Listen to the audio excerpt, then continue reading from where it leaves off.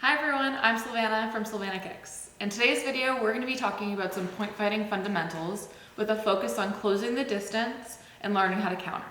We're going to be utilizing techniques that I taught in previous videos. I'll be linking them, don't worry. But we're going to be utilizing them and learning how to actually apply them into point fighting situations. So let's get started.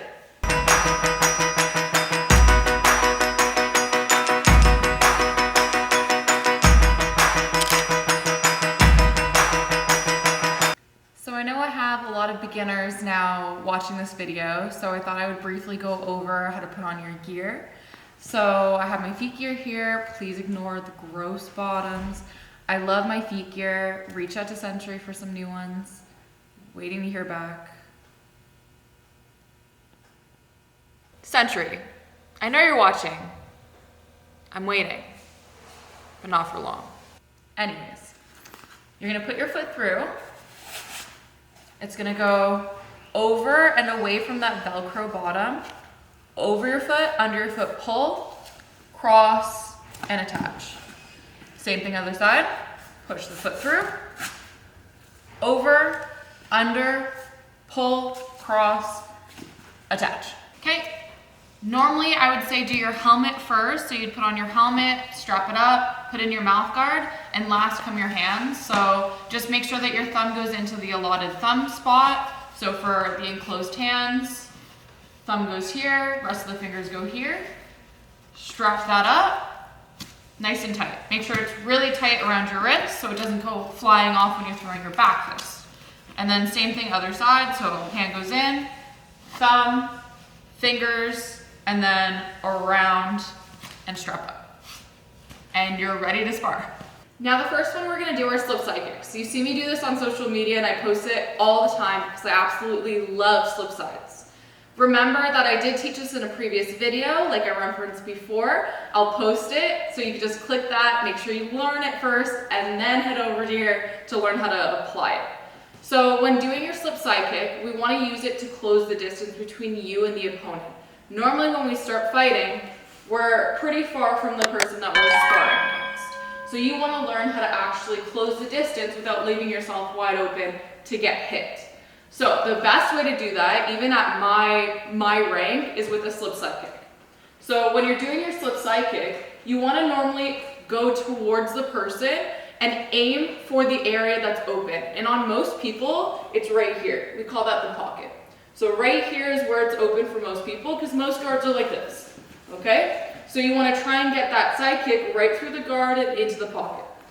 Okay, so as you go in, we're going to the front of that person, trying to knock them here. Now, say for example, that pocket was closed and I miss. So that just hits their guard, which causes them to stumble off balance, and then you can put a combo together, landing with your hands after that. Okay, so that's what's great about side kick is that not only can you potentially get a point from it, which is what you're trying to do, but if that doesn't happen, you can always just knock them off balance and continue with a combo right out of that. So we just talked about if the person was too far away and closing the distance. Now that person is closing the distance on you and you need to get away. We have two variations of kicks that you could do in this case. So when you're doing it on a bag, you want to start super close to the bag at first because remember that we're going away. So we're going to be going away from the person that's coming towards you. So if they're trying to close the distance on you, you're going to try and counter by going away from them and then throwing the technique. The two kicks that we're going to try and implement today are a side kick and a hook kick. If you don't know how to hook kick, I have another video for you, so go check that out and then come back here and learn how to apply it. So we're going to start close to the bag. When you're doing these kicks for counters, we're going to step away from the bag and we're also going to turn our body away from it. Now, when we're point fighting, our point areas are mainly the body and around the helmet. So we're taking away that entire point area from that person initially. So we're going from being somewhat open, they're going to try and target it, to closing it. It's gone. From there, we're going to try and counter them as they're coming forward. So you got to time this really well, and it has to be fast. So from here, we're going to do the back or the side kick first. So you're just going to lift the knee up as tight to your body as you can, and then just throw straight side. Okay? I'm kind of going between side and back because this is more of like a hybrid kick, because a straight side kick would just be here, but our back is here. So we want to be more of a back kick, but we still got that side kick going on, so we got a little bit of a hybrid there. Okay? So you have your counter side, and that would stop them the same way that that close the distance side would go, but we're going away from them. Okay? So that would stop them dead in their place. They will not continue to go towards you if you throw that well. The next one that you can also do, same movement. So we're going away and turning our back, except this time their head is open. So we're going to do our hook kick to the side of their head. So as they come forward, you're going to step, turn, lift, and throw the hook right to the side of their head.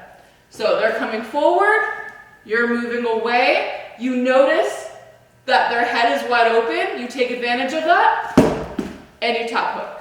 Give it a try. All right, so the last thing that we're gonna do today is something that I know I love practicing all the time, and that's throwing double kicks. We need to know how to throw double kicks in the case that when you're throwing something on your opponent, the opening changes. So you know how I mentioned before that the pocket is open most of the time. So say, for example, you're throwing that side kick and their guard closes and you miss, but you're still too far to throw a hand without getting hit yourself. You want to be able to throw a double kick without putting your foot down. You want to be able to pull that side kick in and switch the location of your kick to something that is open. Now, what I normally practice is side kick to rounds or side kick to hooks or axe to sides, just being able to switch levels. So when you're practicing your doubles, you want to implement various kicks to various locations of the bag. I know it sounds intimidating at first, so just remember that first you have to learn how to double kick just in general. I have a video on that as well, so go check that out, and then learn how to apply it. So what we're gonna do first is we're gonna do our slip side, and then I'm gonna switch it to a roundhouse kick. So start far, because we're gonna close the distance on this one. Be on your toes, if you're comfortable with that already. We're gonna throw our slip side, and then I'm gonna switch the location of my kick, pull, and now I'm going to the side of the head. Okay? So that can be used as a fake as well. So say, for example, someone's throwing a side kick at me, right? My hand will go down in attempts to block it. Now my guard is down. That side of my head is now open for a kick, for that change of level. Now, hopefully that doesn't happen on me, but it's good to have that. So again, switching levels, I'll do a different type of kick. From here, we're gonna go side to hook. So, side, hook, okay? And as you get more used to it, you wanna do them really fast. Switch levels and being able to adapt based off of what's open. Give it a try. All right, so next I'm gonna show you a little bit of point fighting freestyle on the bag, utilizing the techniques that we just did. Now, whenever you're doing freestyle, I always like having my mouth guard in, and I tell my students to do the same. You know who you are. So make sure whenever you're training for point fighting, put your mouth guard in.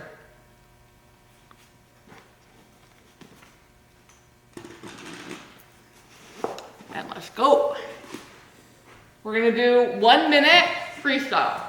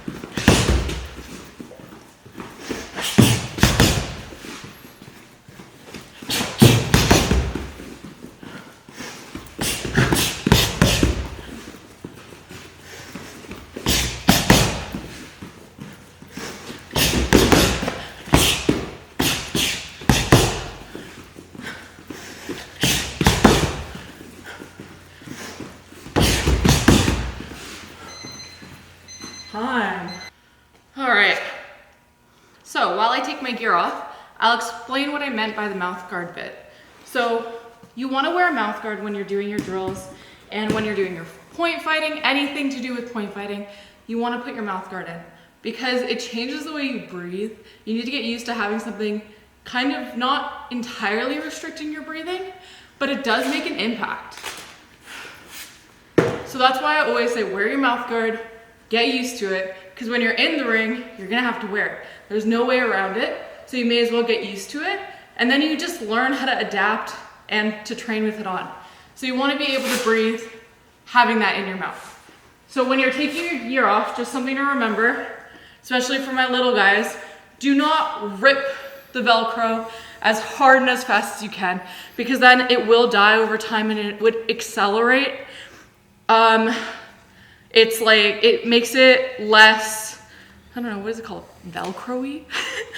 And then it's less likely to stick. So when you're taking the Velcro off, just do it gently. So just don't rip it, because I'm sure your parents don't want to buy you a new one every month. And that's it. Thank you so much for joining me today. Let me know how it went in the comments. And for those of you who have been commenting, asking me about some like sparring footage or any recent tournaments, you and I want the same thing. So tournaments in Canada have been like nothing, like tumbleweeds because of COVID, because of all the restrictions. But that being said, tournaments have started back up. So you might see some new footage coming up, headed your way. Let me know what you think. Bye everyone. Centrally, new brand name. Okay.